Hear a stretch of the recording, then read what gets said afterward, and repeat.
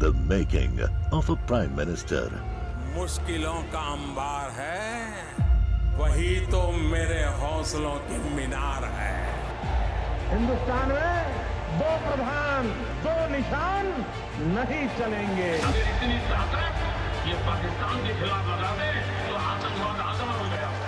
हम चुनौतियों से टकरा रहे हैं। सर्जिकल स्ट्राइक और एयर स्ट्राइक करके नए भारत के सामर्थ्य का संदेश भी दे दिया है। तुम उठो, तिरंगा लहरा दो। जननायक नरेंद्र मोदी के 20 वर्ष पुराने भाषणों पर आधारित एक बेहद लोकप्रिय कार्यक्रम। क्या कहते हैं नरेंद्र मोदी?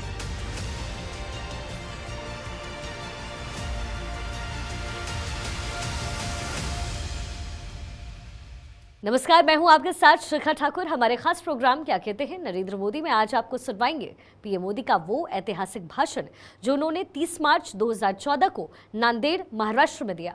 मोदी जी ने कहा कि जिन लोगों ने देश को लूटा है उन्हें उनकी सजा जरूर मिलेगी और इस काम में किसी के भी साथ भेदभाव नहीं होगा। सत्ता दल हो या फिर विपक्ष, सबका हिसाब होगा। भाइयों बहनों, एक कांग्रेस पार्टी वालों को पहचानना बहुत जरूरी है। हमारे समाज जीवन में कभी भी कोई भाई अपनी बहन का छीन लेता है क्या? जरा मुझे बताइए, कोई भाई अपनी बहन का छीन लेता है क्या? कोई मां बाप अपनी बेटी का कुछ ले लेते हैं क्या?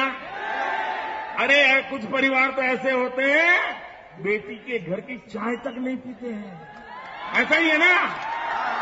ऐसा ही है ना? ये यहां के कांग्रेस के उम्मीदवार ऐसे हैं, अपनी बहन का ही छीन लिया।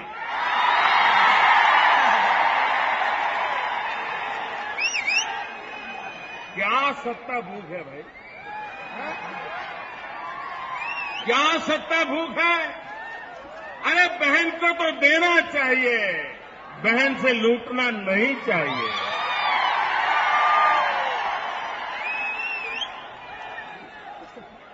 और भाइयों बहनों,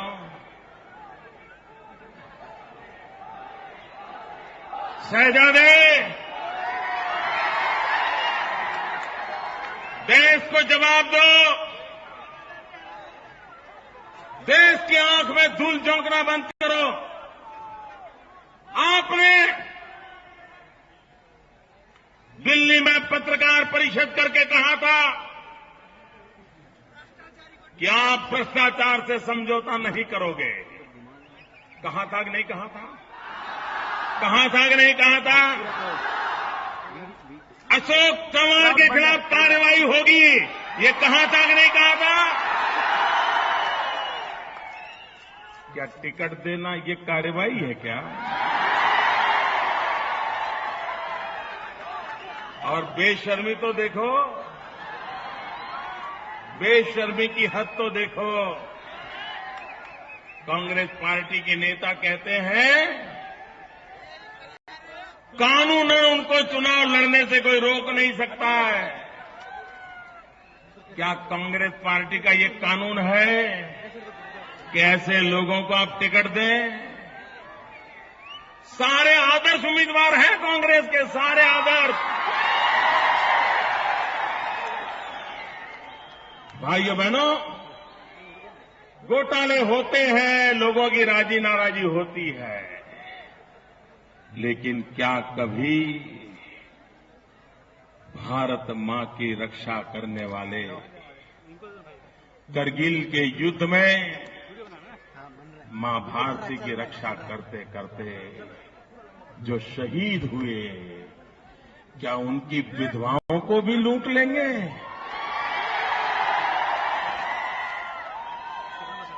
सवाल ये मुंबई की एक इमारत का नहीं है। मुद्दा सामान्य आपके अपने सासू को, अपने परिवारजनों को फ्लैट दे दिए, इतना सीमित नहीं है। कांग्रेस पार्टी का भारत की सेना के प्रति रवैया क्या है, उसका सवाल है भाइयों। क्या देश के लिए मरने वाले जवानों की विधवाओं से भी आप छीन लोगे?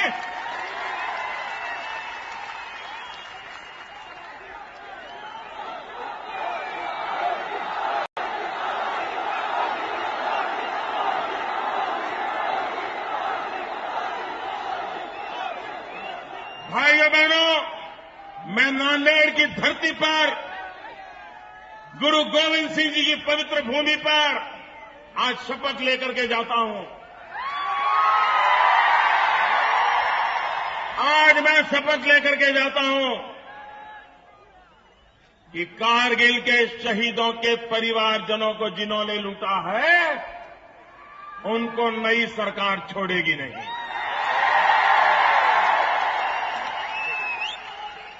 भाइयों बहनों, देश ऐसे नहीं चलता है। और मैं आज सार्वजनिक रूप से कहना चाहता हूं, देश की जनता भारतीय जनता पार्टी की सरकार बनाने वाली है। हम राजनीति में शुद्धिकरण के पक्षकार हैं और इसलिए मैं देशवासियों को आज वादा करता हूं, गुरु गोविंद सिंह जी की इस पवित्र भूमि से वादा करता हूं कि सरकार बनने के बाद हिंदुस्तान में किसी भी दल के क्यों न हो, जितने विधायक होंगे, जितने सांसद होंगे और जिन पर अगर कोई भी गंभीर आरोप होंगे, उन पर अगर कोई केस चलते होंगे, तो हम साल भर के अंदर अंदर स्पेशल कोर्ट बिठा करके राजनीतिक अपराधियों को सबसे पहले न्याय करेंगे, सजा दिलवा देंगे। भले उपचुनाव हो जाए, एक साथ शुद्धिकरण हो जाएगा भाइयों। देश की विधानसभाओं का शुद्धिकरण हो जाएगा, देश की लोकसभा का शुद्धिकरण हो जाएगा और एक साल के भीतर भीतर एमएलए एमपी के जितने पेंडिंग केसेस हैं, दूध का दूध पानी का पानी हो जाएगा। झूठे केस हुए हैं वो बच जाएंगे। बेईमानी की है, देश को लूटा है, जनता को परेशान किया है, गुंडागिर्दी की है, हथियार चलाए हैं, ये सारे के सारे जिंदगी भर जेल में काटेंगे। और इसमें मैं किसी भी दल का भेदभाव नहीं करूंगा। सत्ता दल हो या विपक्ष, किसी के बीच में भेदभाव नहीं होगा।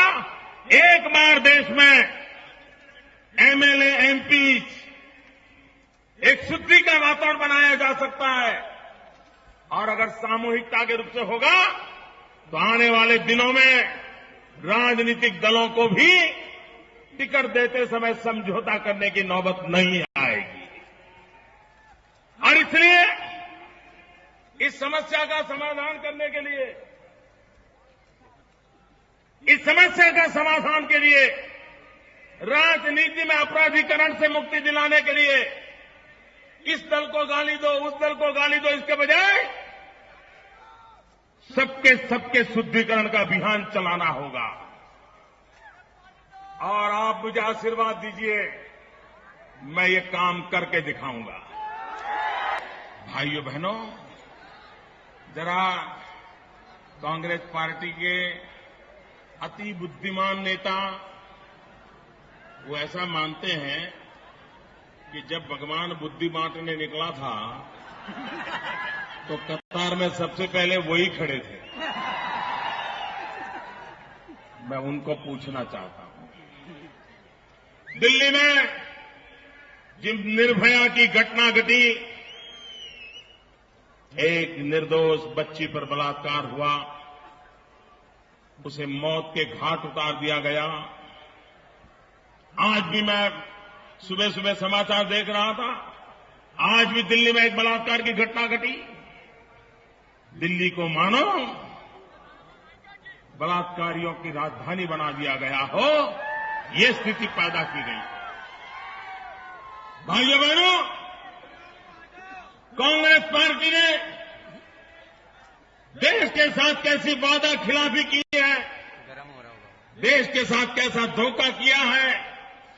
पिछले बजट में जब चारों तरफ निर्भया की चर्चा चल रही थी, चारों तरफ आक्रोश था, तो जनता को चुप करने के लिए उन्होंने बजट में निर्भया माताओं बहनों की सुरक्षा के लिए, सम्मान के लिए 1000 करोड़ रुपए की योजना बनाई।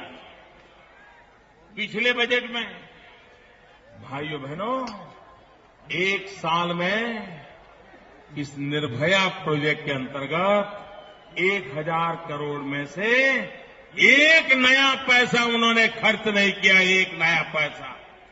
आप मुझे बताइए, क्या ये नारी का सम्मान है? क्या ये नारी का सम्मान है? और ये कैसे लोग हैं? आपकी आंख में फिर धूल झोंक रहे हैं। इस बजट में फिर वही गाना गाया।